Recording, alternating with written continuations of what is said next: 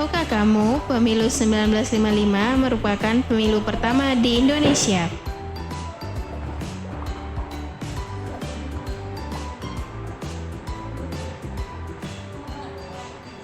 Adapun tahapan pelaksanaan pemilu 1955, memilih anggota DPR, yang kedua memilih anggota Dewan Konstituante.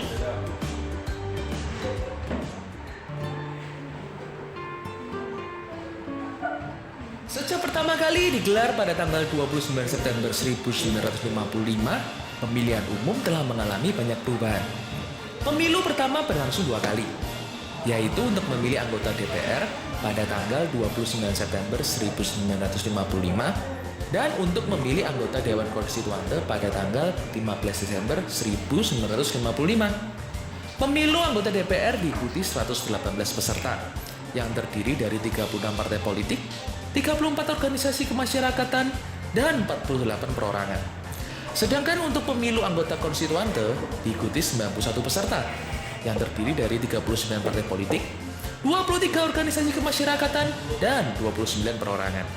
Oke, inilah daftar partai politik calon peserta pemilu tahun 2024 yang akan melaju pada pemilihan tahun 2024. Jadi pada masa itu apa sih yang melatar belakangi kok bisa ada demokrasi liberal itu muncul di Indonesia? Ya. Lalu pertanyaan yang kedua, kira-kira negara mana saja yang saat ini masih menganut sistem liberal?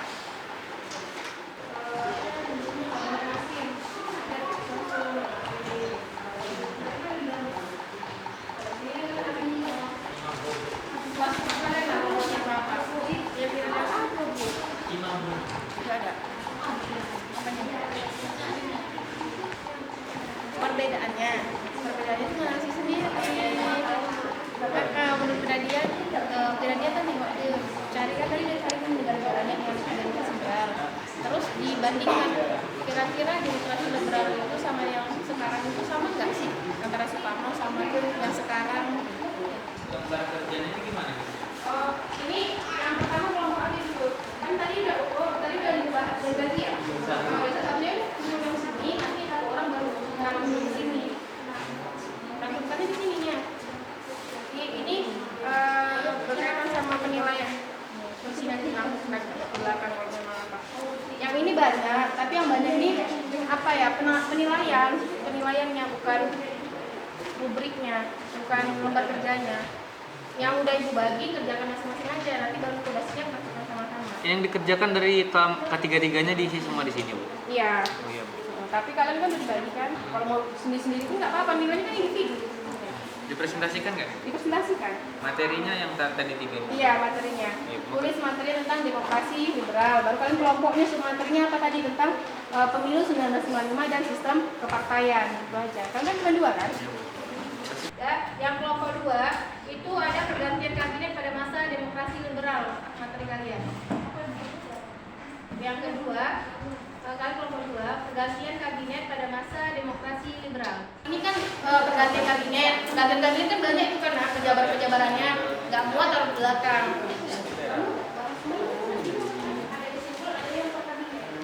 Kau jawab yang nomor 3 Set ya. Itu kan dari kiri kan dia. Kenapa berganti menjadi kabinet yang kedua nanti gitu, dia ke kabinet itu dulu, baru nanti yang terakhir baru kesimpulannya kenapa semua ganti. Ini berapa lama segini, baru kalian tulis kenapa kabinet ini runtuh, gagalnya kenapa, misalnya bermasalahan ini apa tentang budaya atau apa, masih kalian jelaskan sedikit. Yang kedua, yang intinya kalian yang berempat ini cari tentang kabinet ini berganti, tapi bukan kesimpulannya, maksudnya per kabinet, makanya gue bilang 1 sampai 3, 4 sampai 7. Tapi cari misalnya kabinet Burhanuddin, misalnya dia gagal dalam Irian Barat gitu, dijelaskan gitu. Biar enak lagi, kan 1 sampai 3 bagi-bagi. Ini kan banyak kan 4, ini 45, ini 67. Siapa sih yang kita harus sendiri di sini, nanti dia mencatat pertanyaan kawannya dan dia juga membantu kalian menjawab gitu. Jadi yang penting individunya nomor 1 ini aja. Nomor 1, nomor 2. Kamu tadi nomor berapa, Nak? Nomor 1 juga. Nomor 1 juga. Bagi siapa yang tinggal di sini, siapa yang maju. Dan semua partainya sama dapat nilainya. Ya. Assalamualaikum warahmatullahi wabarakatuh. Waalaikumsalam warahmatullahi wabarakatuh.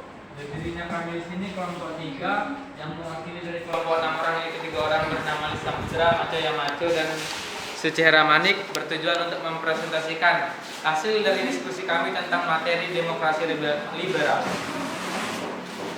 Dari 3 pertanyaan, saya akan mewakili jawaban dari pertanyaan nomor 1, yaitu tentang pelaksanaan pemilu 1955 dan tentang sistem kerja partai pada masa liberal. Yang pertama tentang pemilu 1955 dilaksanakan dalam 2 tahap. Tahap pertama yang dilaksanakan pada tanggal 29 September untuk memilih anggota DPR. Dan tahap kedua yang dilaksanakan pada tanggal 15 Desember untuk memilih anggota konstituante. Lalu untuk sistem partai adalah sistem multi partai. Mohatta menyebutkan bahwa pembentukan partai politik ini bertujuan untuk memudahkan pengukuran kekuatan perjuangan dan untuk memudahkan meminta pertanggungjawaban kepada pemimpin-pemimpin barisan perjuangan. Dengan demikian, sistem kepartaian di Indonesia menggunakan sistem kepartaian multi partai pada saat masa liberal. Kemudian jawaban dari nomor 2 tentang bagaimana pemilu sekarang dan dulu akan dijelaskan oleh Abang Macu. Persamaannya: 1. Pemilihan dipilih oleh rakyat. 2. Pemilihan bertujuan memilih pemimpin. 3. Pemilihan dilakukan dengan damai, hikmat, tanpa ada demo. Perbedaannya, pada tahun 1955, pemilu memilih DPR dan anggota konstitusi. Pada tahun 2019, pemilihan pemilu semua pemimpin termasuk presiden. Nomor 2, pada tahun 1955, pemimpin pada itu Burhanuddin Harahap. Pada tahun 2019, pemimpin masa itu adalah Presiden Jokowi.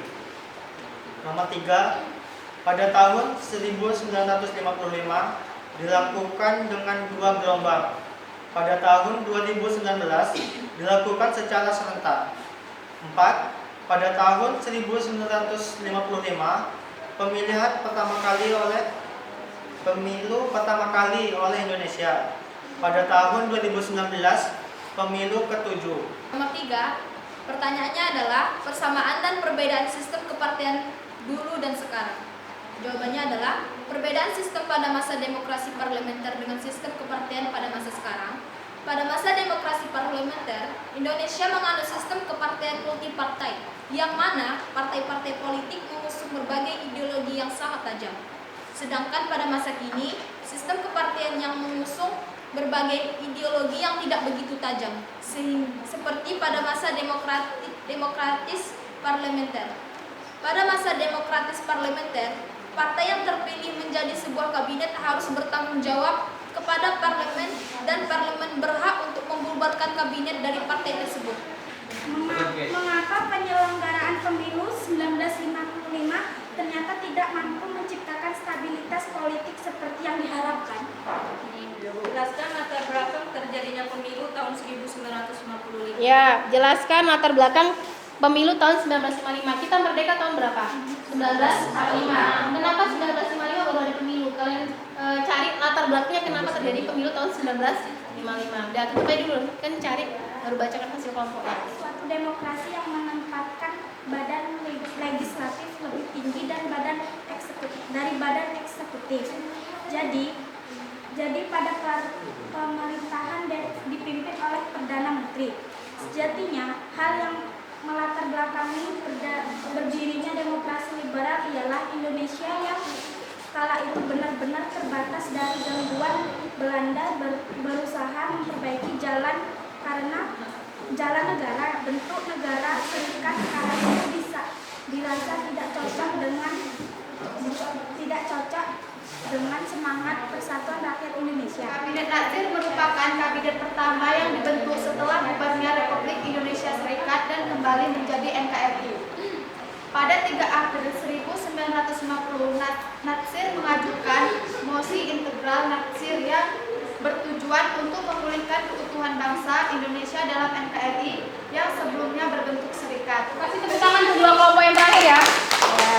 Jadi kesimpulannya gini ya, nah, demokrasi liberal tadi kan diterapkan di Indonesia, ya kan? Sekarang walaupun kita nggak pakai lagi demokrasi liberal, kenapa? Karena nggak cocok dengan kepribadian kita. Ternyata kalau kita itu misalnya mudah-mudah berganti, kita itu orangnya susah untuk berganti-ganti dengan cepat. Kita nggak bisa menyesuaikan diri. Nah, orang Indonesia itu memang agak bagaimana ya? Karena kan kemampuan kita secara pengetahuan dan adaptasi, kita agak susah beradaptasi secara cepat dengan hal-hal yang asing kan.